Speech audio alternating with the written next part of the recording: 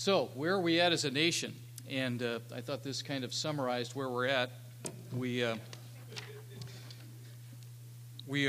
face a multitude of problems, and to a large extent, we don't know which direction to go. You know, we seem as a nation to be confused, to be unsure, to be perplexed, disoriented, and bewildered at times. And that just seems to be the condition we find ourselves in. We find unemployment is a major problem in our country, and how do we resolve that? We have a $16 trillion debt, and it's growing. Should we raise taxes or lower taxes? Will we continue to project into the world through our military power, and will we continue that, or will we choose to have a European social state with socialized medicine for all? You can't have both. It's too expensive, so you have to make a choice. And I think financially we don't have much choice other than to retrench and to begin to pull back. You know, the 20th century was the American century. I don't believe the 21st is going to be. I think we're in a world where there are changes afoot. What moral direction will we go? This is God's number one issue. May not be our issue as a people, but it is God's number one issue. Where are we at morally? Will we draw away from God, or will we turn to God? And what about the drought in the Midwest? It was a very serious problem this year in our country. The question is it over, or will it continue and maybe even spread? You know, when we moved here in 2011, there was a serious drought in this part of Texas. Will it continue? That has a lot to do with whether God will bless us or not. And, you know, the number of questions that we have to address goes on. Immigration and all sorts of other challenges that we face. There are many questions and much uncertainty. And the question is, who has the right answers? So we have people that offer answers. This fellow offers us answers, and so does this guy. The question is, both of these men are campaigning intensely, trying to convince you that they know the answers to all of America's questions and how to address them and how to resolve them. And the question is, can they lead us in the right direction? They say they can, but can they? Can they fix our problems? As you look at these two individuals, they hold rallies all over the country trying to convince people to vote for them. And wherever these individuals show up, people are cheering and everybody's enthusiastic and excited about their particular candidate. And they promise people that they're going to achieve the goals. They're going to take care of every problem. But these men, they give people a great deal of hope, but the question is, can they deliver? Can they deliver on their promises? And as you look at these individuals and the fervency with which people support them and look at them, they're almost Messiah-like figures. They're almost Messiah-like figures. And what we have to realize is that throughout man's history, there have been individuals who have passed themselves off as messiahs, telling people, I'll resolve your problems. I'll give you protection. I'm the answer. And these people have been found throughout history. So what we're going to do today is we're going to take a look at the subject of messiahs, true, false, and true. We've been through the holy days, and the holy days have reminded us of the Messiah. The true Messiah who's going to come to this earth and is going to set up a kingdom of righteousness which will never end. We know the true Messiah, but one of the realities, as I said, of man's history is there have been many false messiahs. Some of them quite prominent, and some of them lesser messiahs, but they all come across with a similar approach. So we're going to take a look at this subject, and we're going to go back 4 years in time, which is interesting to go back there and look because we have a measure. We have a person who basically came off as a Messiah, and the question is, did the person deliver on the promises made? And so we have a measure here, as you'll see. So the question is this man the Messiah? On February 24th, 2008, an individual by the name of Louis Farrakhan said the following. He said, Barack Obama is the hope of the entire world. He is the hope of the entire world that the U.S. will change for the better. The 74-year-old Farrakhan, addressing an estimated crowd of 20,000 people at the annual Savior's Day celebration, never outrightly endorsed Obama, but spent most of the nearly 2-hour speech praising the Illinois senator. The young man is the hope of the entire world that America will change and be made better. This young man is capturing audiences of black and brown and yellow, red and yellow. If you look at Barack Obama's audiences and look at the effect of his words, those people are being transformed.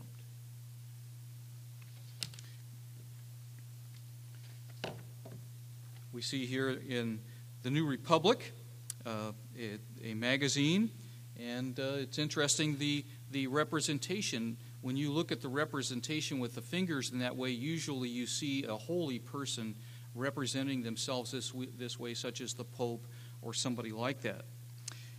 Is Barack Obama the Messiah? It's interesting what he said January 7th, 2008. He said, "A light will shine through that window. A beam of light will come down upon you. You will experience an epiphany. And you will suddenly realize that you must go to the polls and vote for Obama." And that's something that Mr. Obama said in January of that year. So he actually says that you'll receive an epiphany, and it's interesting, his point of view.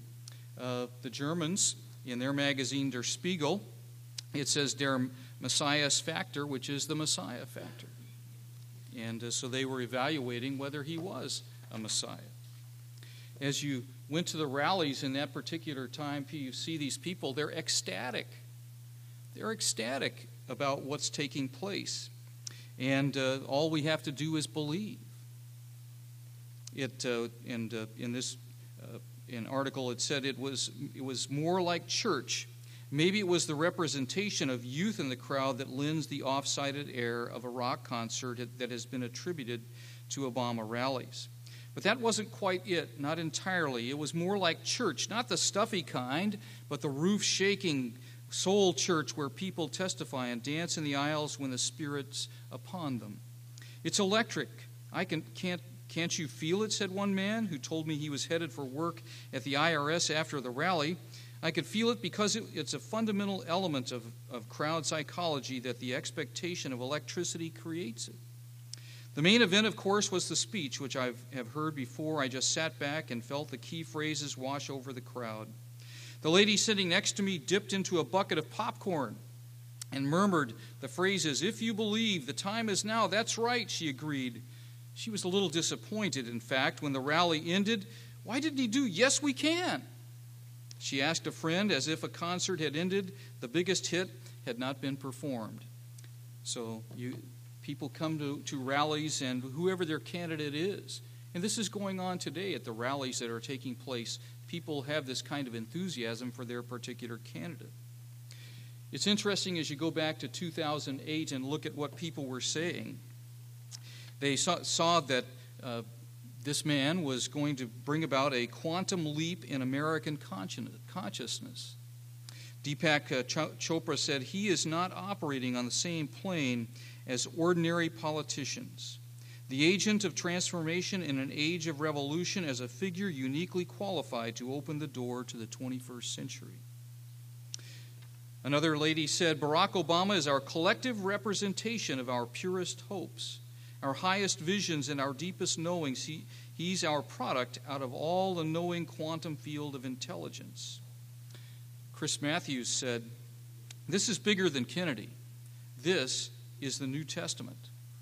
I felt this thrill going up my leg. I mean, I don't have that too often. No, seriously, it's a dramatic event. Toni Morrison said, Obama is creative imagination, which coupled with brilliance equals wisdom. He is the man for the time. So people looked at President Obama and they came to these conclusions. And are those realistic expectations? You're applying God-like qualities to a man, and can any man live up to those expectations?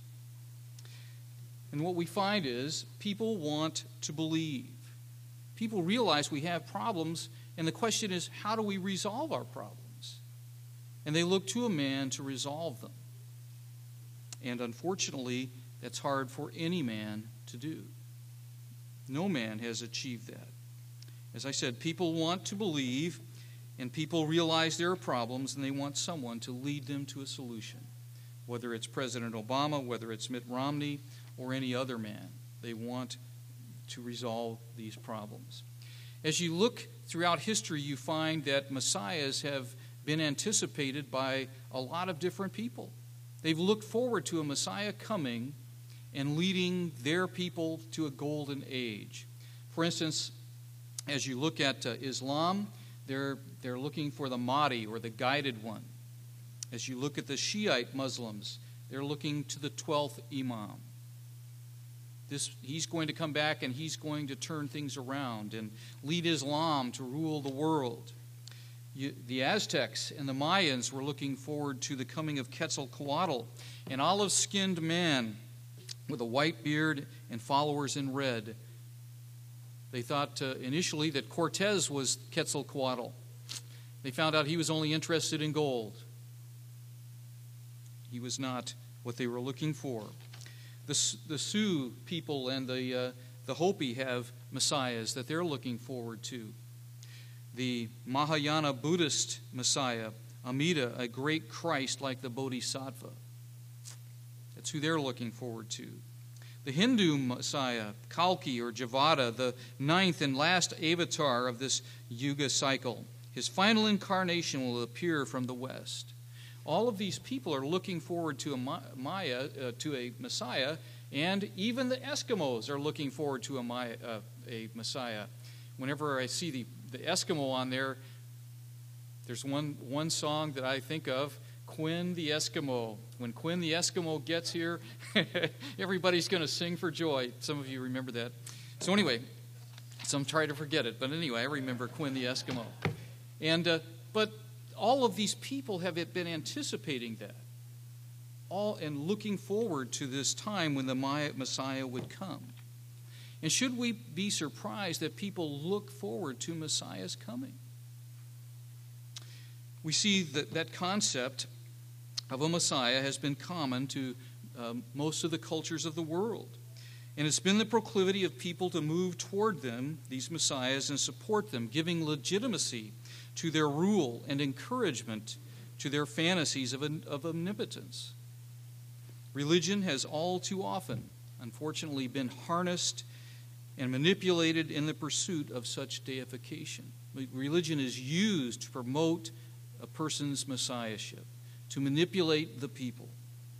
Those who pretend at Godhead or who simply use it as a political device often claim for themselves a unique anointing, the status of Superman, or the ability to create supreme law. In essence, as you look at these people, they're deluded, and unfortunately, they delude others.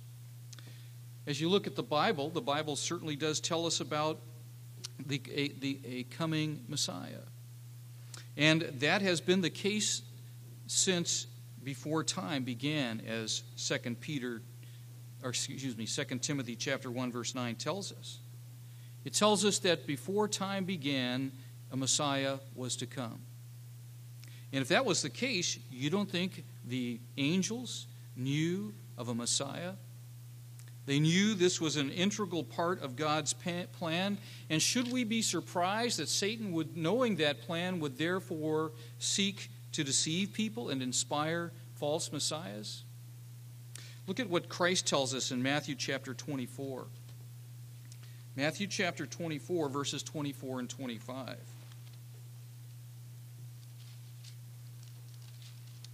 Matthew chapter 24, verses 24 and 25.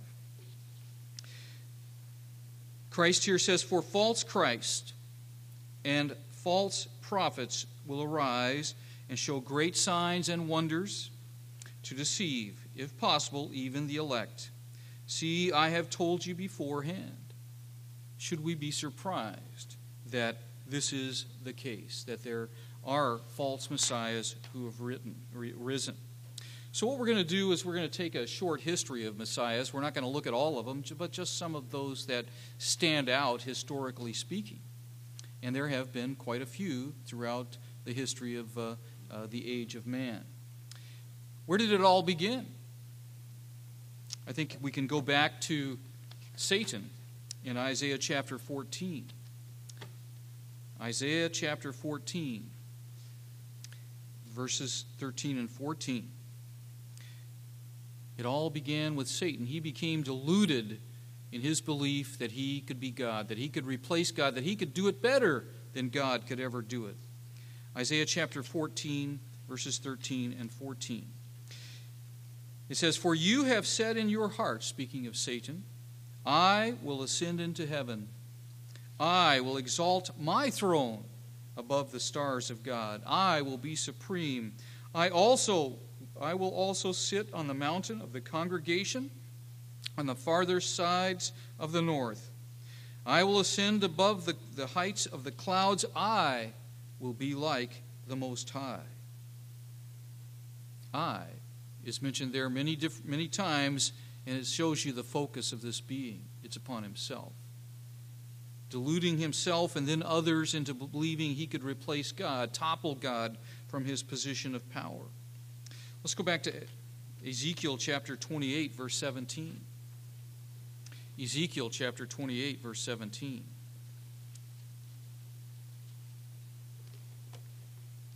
Again, a reference to Satan that gives us some insight into what this being is like. Chapter 28, verse 17. Speaking of Satan, it says, "Your heart was lifted up because of your beauty." To begin to think that you're something because of you are a created being, and the fact that you're beautiful is God's blessing upon you. It's not anything you did. It's something God in his mercy and beneficence gave to you. You corrupted your wisdom for the sake of your splendor. Yes, you were not only beautiful, but you were wise. And you corrupted your wisdom, becoming enamored with your beauty. And it says, "I cast you to the ground. I laid you before kings that they might gaze at you." Yes, you convinced the angels to rebel against God and to seek to take that position. And I've brought you down and made it clear to everyone that you are not God. You are not a Messiah that's going to lead man to a golden age.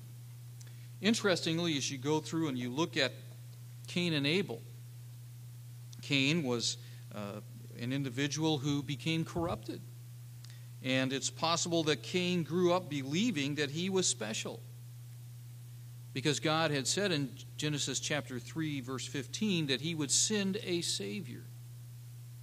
He would send a Savior. And is it possible he grew up believing he was the Messiah to come?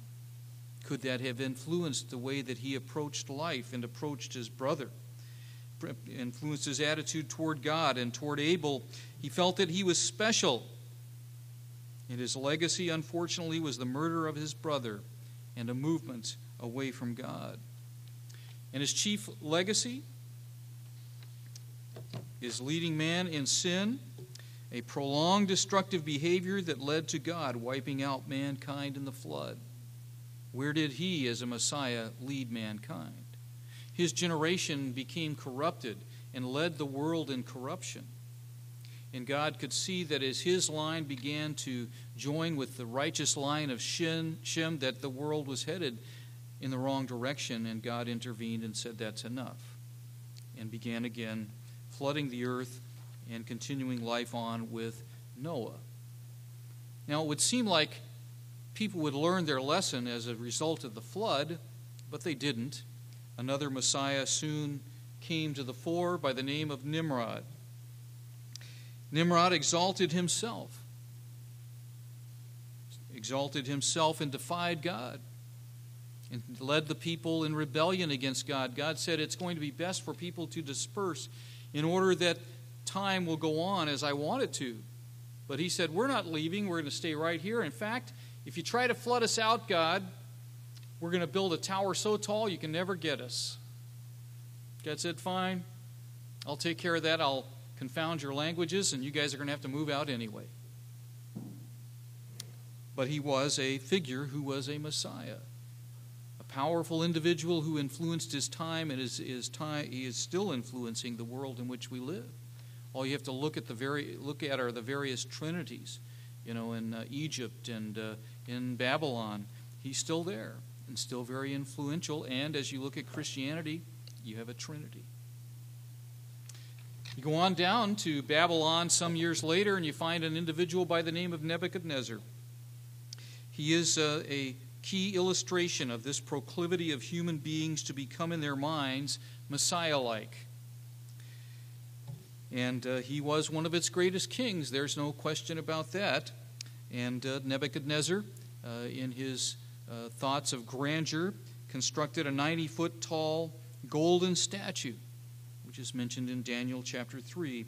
And he required all of his subjects to worship the great image on pain of death.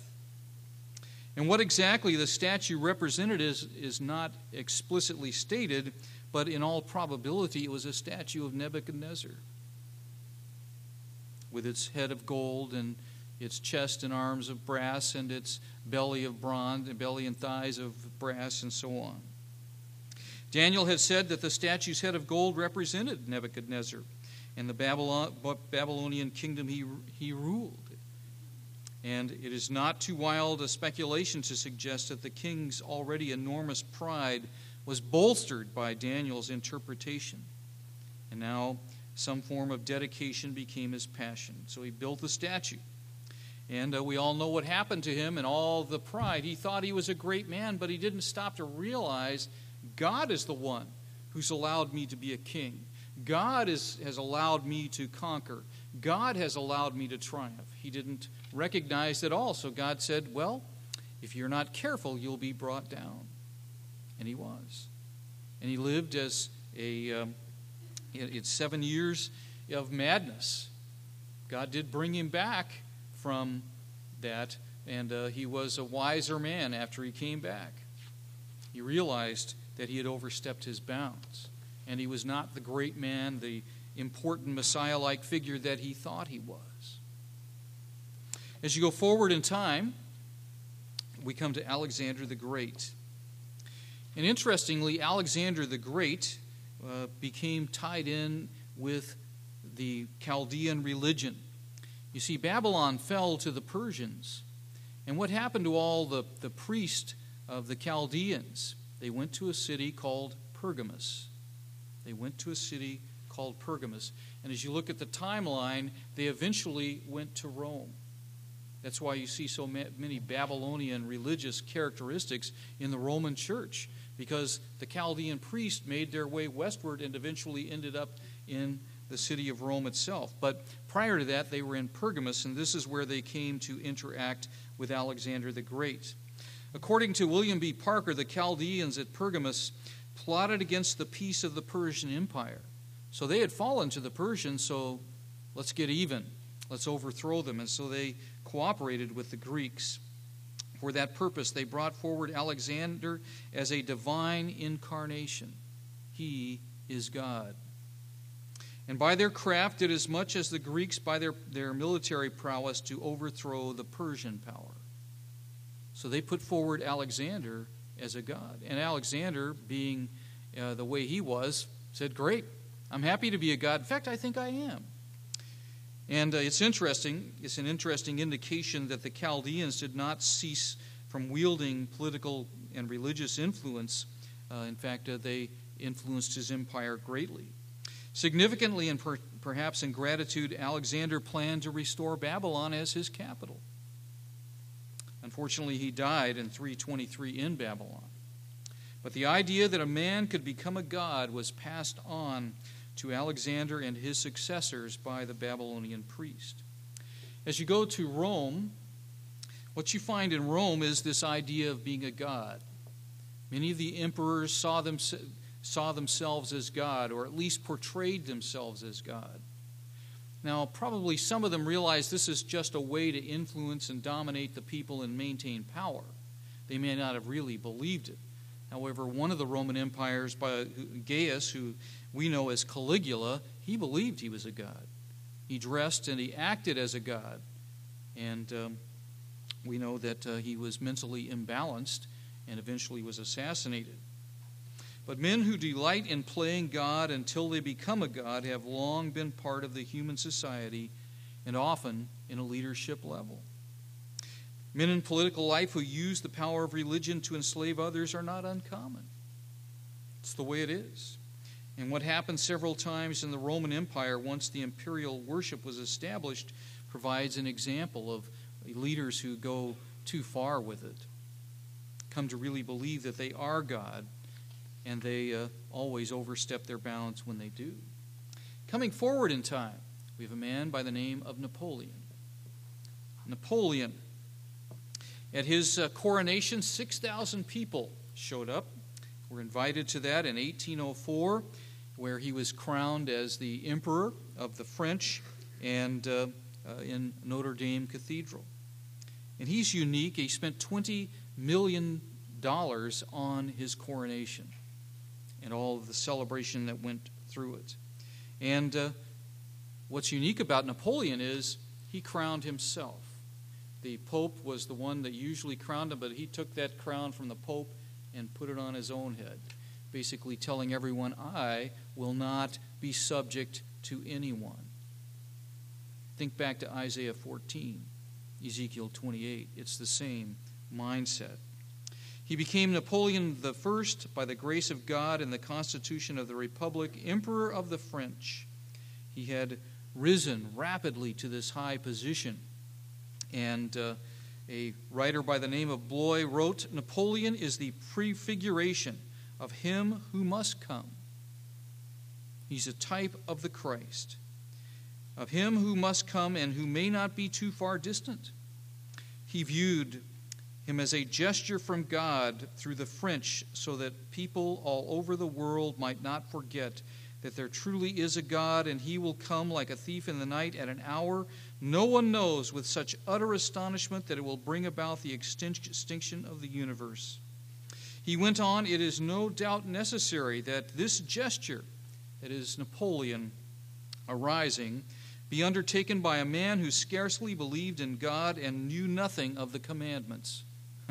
This is the Messiah that you want? But these men have risen to power. An art historian, Elie Faure, summed up his romantic identification with Christ when in 1921 he wrote, he stands apart like Jesus, that is Napoleon. Christ and Napoleon act out their dream instead of dreaming their action. Among all men, these two dared, even unto martyrdom unto death.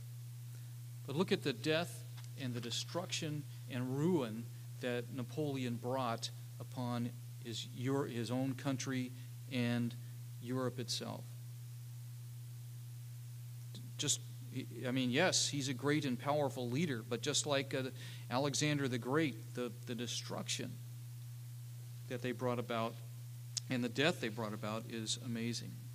We come forward in time and we find two other figures who are Messiah-like, Adolf Hitler and Benito Mussolini. Both of them conveyed themselves as larger-than-life figures, God-like figures.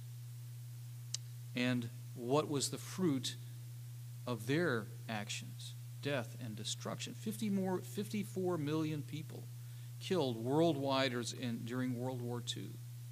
What good did they bring? Yes, he got the trains to run on time, but so what when you're having your armies march into other countries and slaughtering 6 million people? Truly amazing. But if you go back to that time, you have people that were attending those rallies at Nuremberg, and you look at them and they're religious. They're religious in nature, and the people are filled with fervor and excitement. And they knew how to manipulate the people in that way. Benito Mussolini did the same thing. And the people followed him. And we all as Americans think, well, nobody liked Hitler. Sorry, I can verify for a fact there were people that liked Hitler and thought he did a good job. Okay? I met them and talked to them, and I was like, I'm like, really? But anyway, that's the way it is. You have people that were caught up in all of that and believed it was the right thing to do. You go to Russia and you have these two men, Lenin and Stalin. They killed millions of their own people. Stalin, as an example, he starved the people of the Ukraine deliberately. Deliberately starved them out. My wife's parents lived in the Ukraine. And as she was a little girl at the time, and she remembers when the Bolsheviks came and they took their last cow. And they gave them a half of a soul every year. 1 half soul, not 2 for your shoes. You got 1. You're like, wait a minute, well, I can't hop, and it gets awfully cold here. How do you make life work? But that's the world that they created. Millions died under these two individuals. You go to China, and Mao Zedong, I may not be saying it properly there, but that's the way we used to say it when I went to school. Anyway, he was a Messiah-like figure. He killed 24 million of his own people. That's a lot of people. It's staggering that you could kill 24 million of your own people. And as you look at the world to come, you have to realize that another Messiah-like figure and the false prophet are going to arise. Millions of people are going to be taken in by them. And what do you think the outcome is going to be when they arise to power? Millions of people are going to die. Millions of people are going to die. Let's go to Revelation chapter 13, verses 5 through, and look at verses 5 through 8. Revelation chapter 13, verses 5 through 8.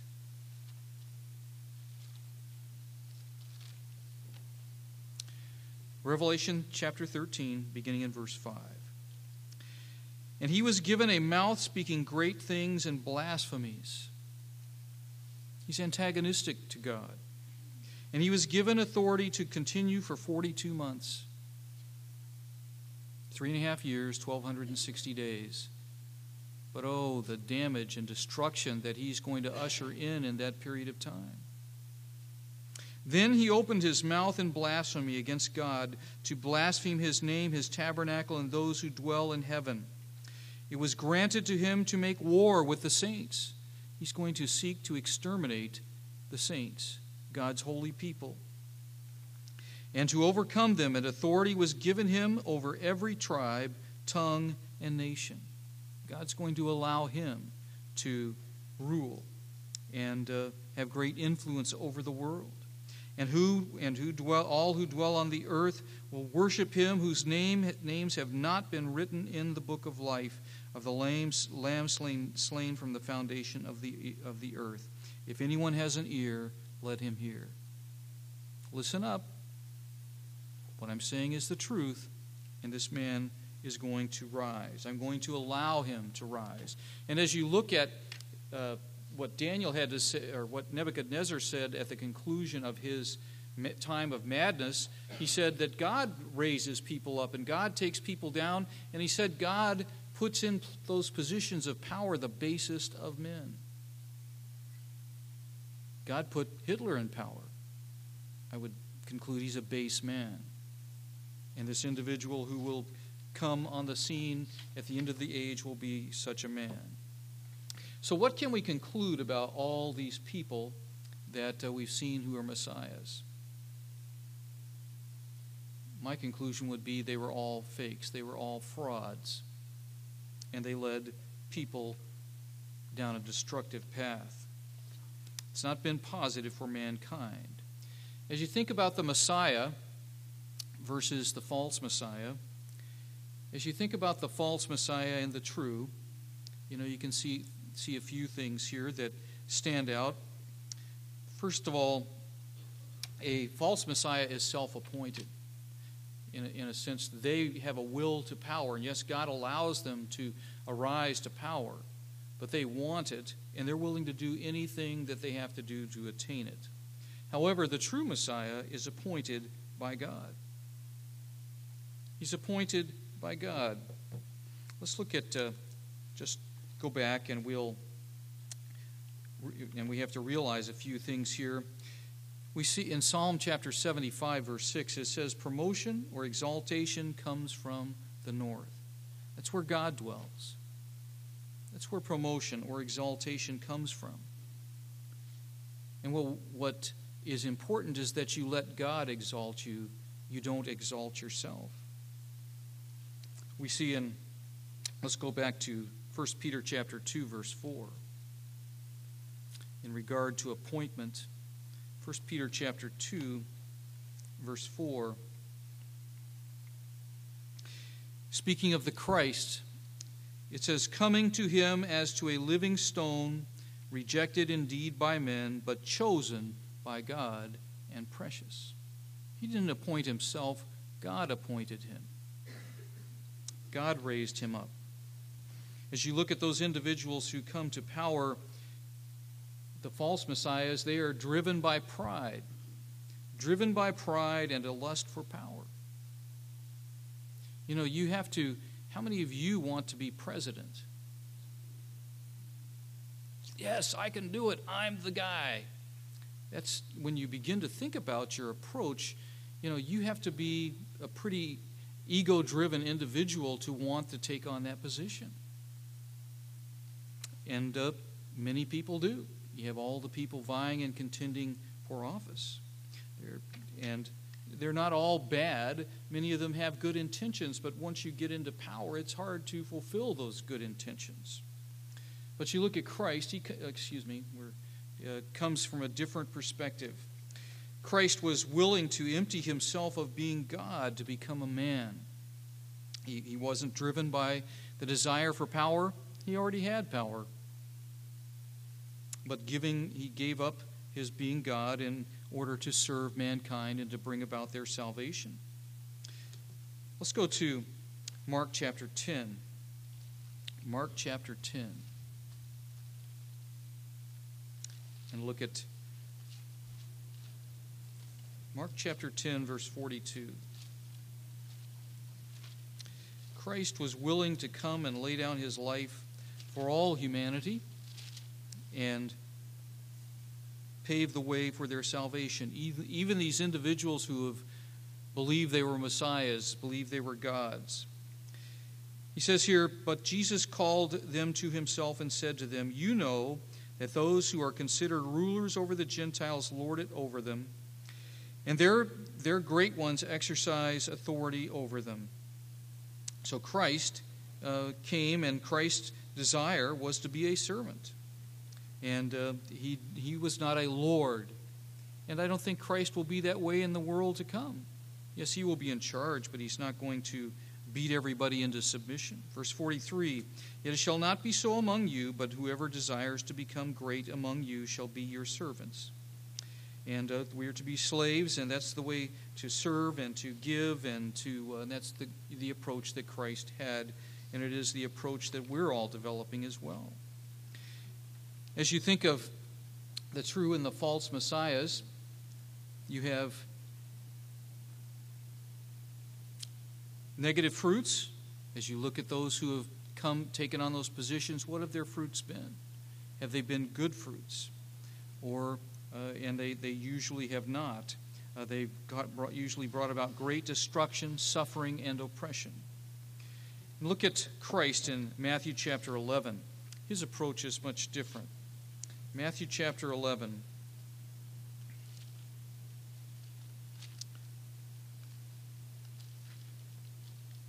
Christ is not going to bring an oppressive regime in. He offers us something much different. Matthew chapter 11, verse 29.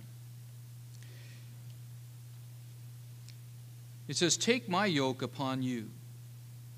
Yes, Christ is going to put a yoke on us, and learn from me, for I am gentle and lowly in heart, and you will find rest for your souls. Come under my yoke. My yoke's going to be much different than all of these other people who were oppressors and harsh and cruel, and it's going to be very different. He says, for my yoke is easy and my burden is light. Compared to individuals like Mao Zedong or Adolf Hitler or Pol Pot, his yoke was easy, and people could prosper and grow under that. Human messiahs provide salvation. Utopia, a chicken in every pot, but they can never deliver because they can never overcome human nature. As you think about these messiahs, they never are able to do the job. They can never get it done. So our national condition, where are we at? We do have problems. And I think the prophet Isaiah describes them pretty well. Let's go to Isaiah chapter 1. Isaiah chapter 1. And I think it describes where we're at as a country. And we're not going to read this verse, but one of the things that Isaiah was inspired to point out is that, an ox or a donkey knows its master's crib. They can figure that out. If you have a dog, they know where the food comes from. They know that. They can figure it out. They know who the master is, and they come and they love you because you feed them. Now, if you quit feeding them, the deal may be broken. But as long as you keep feeding, they're going to show up. But he said these human beings that are my people don't even recognize their master. And they've drawn away from me, he says. And then he says in verse 4, Isaiah chapter 1, verse 4, Alas, sinful nation, a people laden with iniquity, a brood of evildoers, children who are corrupters, they have forsaken the Lord. They have provoked to anger the Holy One of Israel. They have turned away backward. They've moved away from God. And the results are not good. To make that decision to move away from God is to bring about all sorts of difficulties and suffering which we're going through as a nation. But nobody ever, as you look at people talking about this natural disaster or this problem, does anybody ever stop and say, you know what? The reason for this is because we've turned from God. You never hear those words. In fact, if anybody speaks of God, everybody is disgusted with them. They don't want to hear that, which is a sad situation. It goes on in verse 5, it says, Why should you be stricken again? I've caused various punishments to come your way, and you don't pay any attention to it. It does no good. Why should I keep doing that? You will revolt more and more. The whole head is sick, and the whole heart faints. From the sole of the foot even to the head, there is no soundness in it, but wounds and bruises and putrefying sores. They have not been closed or bound up or soothed with ointment. You're sick. You're suffering. You've got some serious wounds, and they're not being taken care of. There's no ointment to put on it. And you're not turning to me because I'm the only one that can take care of the problems that you had. We need the true Messiah, but unfortunately, mankind continues to look to men. Let's go to Jeremiah chapter 14. Jeremiah chapter 14. Jeremiah has always been an interesting character to me because Jeremiah saw the downfall of the nation of Judah. And he loved his country. And he hated to see that it was going downhill, and he knew from God inspiring him to see it that the nation of Judah was going to fall. And here he is telling them of their sins. Why? Because he hates them? No, because he wants them to turn from their sins. He wants them to turn from that direction they're going, because then God will have mercy on them. But how do the people of Judah respond? Well, let's kill him. Well, let's not kill him. Let's just throw him into this pit here in all of the muck. Let's get rid of the messenger. Don't listen to what he has to say. Jeremiah loved his nation, and he unfortunately saw it going downhill and saw it fall. Jeremiah chapter 14, verse 19. Speaking to God, he said, Have you utterly rejected Judah? And God eventually did. Eventually God said, Jeremiah, stop praying for them. It's not going to do any good. The judgment has been made. They're going to fall. He goes on to say, has your soul loathed Zion?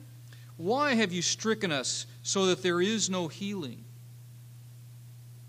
We have looked for peace, but there was no good, and for the time of healing, and there was trouble. We've looked for good. We've looked for healing. Isn't that what people want?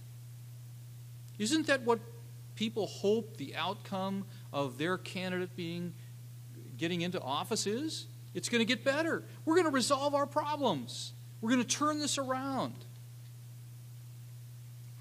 But that's what people are looking for. They're looking for peace. They're looking for good. They're looking for healing. But they're not looking in the right place. Let's go to Jeremiah 30, verse 13. Jeremiah 30, verse 13.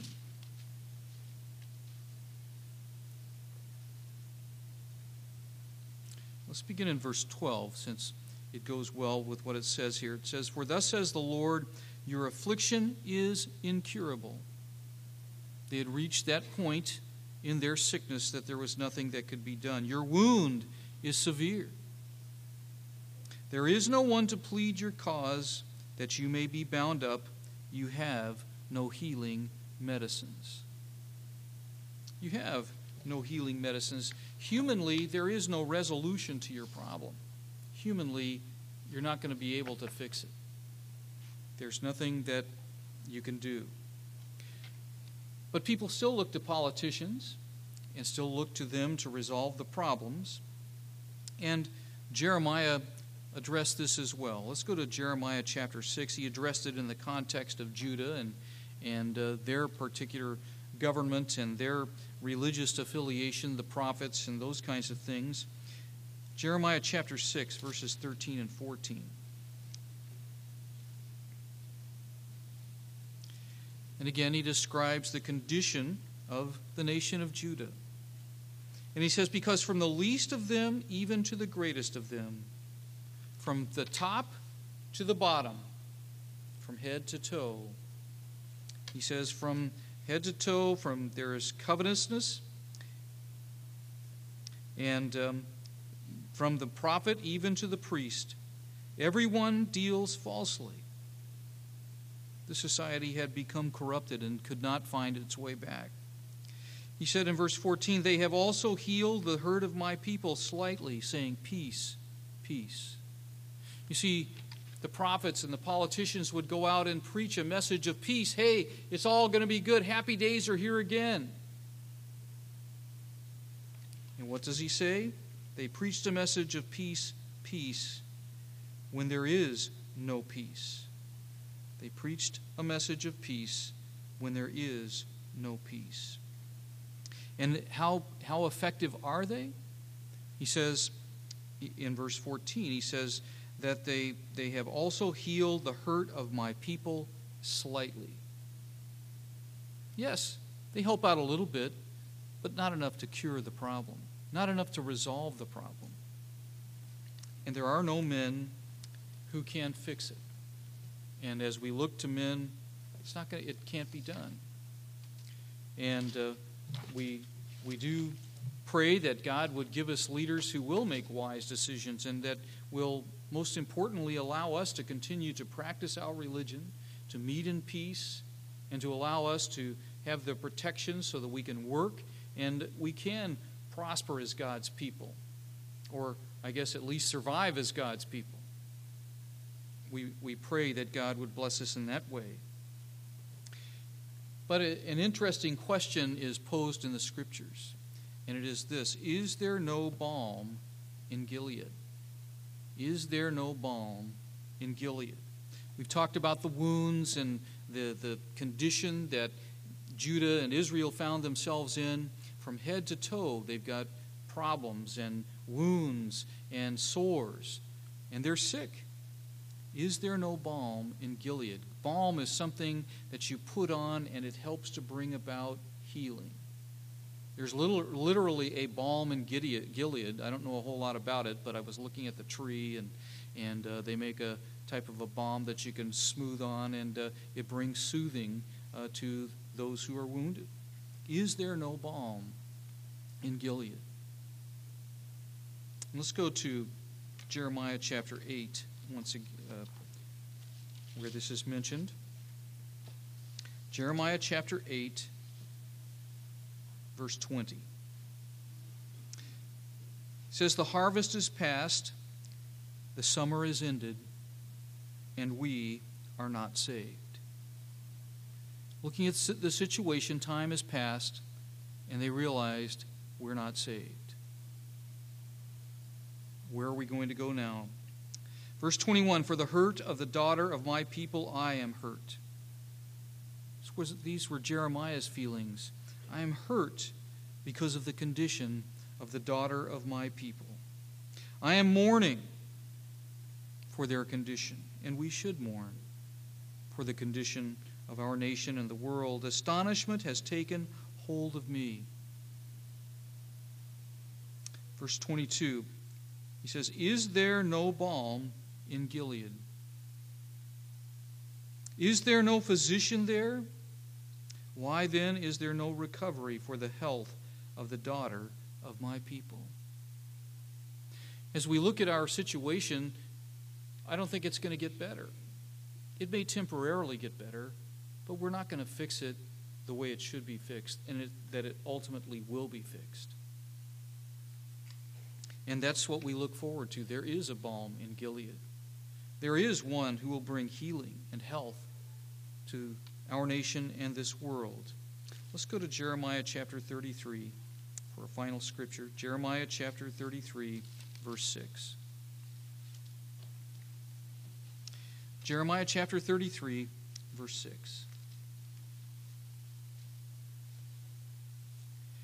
He's speaking of what's going to be worked out. And it says, "Behold, I," that is God, "will bring it health and healing." I, God, will bring it health and healing. "I will heal them and reveal to them the abundance of peace and truth." That's what God promises us. He tells us that humanly, there are people that are going to put themselves forward as saviors, as messiahs, and they're not going to fix it. If they do fix it, we do want that. We want good men to rule us versus not so good men. But they're not going to fix it.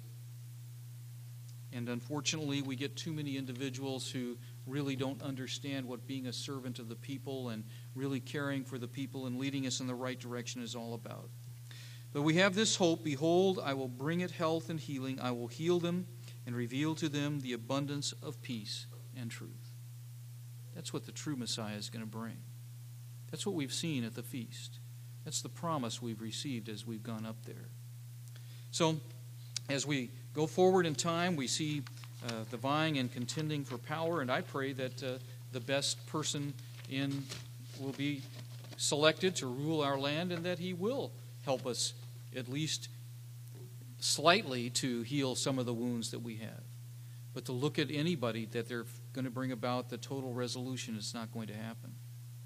So I hope that this gives you some insight into some of the things that are realities in our world. They're kind of disturbing, but we also see that there is the reality that Christ will come and that we will bring healing to all of us and to the world around us.